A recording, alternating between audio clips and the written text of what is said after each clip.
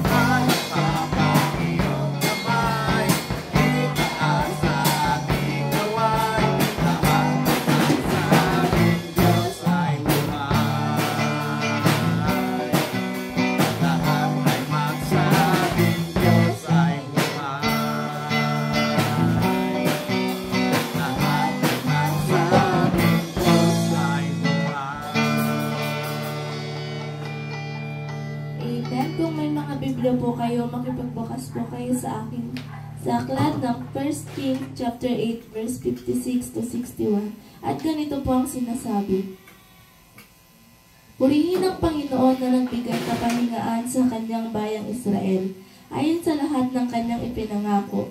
Walang nagkulang na isang salita sa lahat ng mabuting pangako na kanyang ipinangako sa pamamagitan ni Moises na kanyang lingkod. Sumaatin nawa ang Panginoon nating Diyos. Kung paanong siya'y sumaating mga magulang, huwag na tayong iwan o pabayaan man.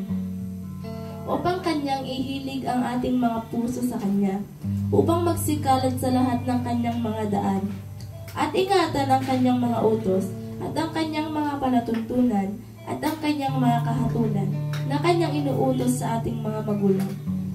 At ang mga salitang ito sa aking dinalangin sa harap ng Panginoon ay malapit naman sa Panginoon nating Diyos sa araw at gabi, na kanyang alalayan ang usap ng kanyang lingkod at ang usap ng kanyang bayang Israel ayon sa kailangan sa araw-araw, upang maalaman ng lahat na bayan sa lupa na ang Panginoon ay siyang Diyos, walang iba.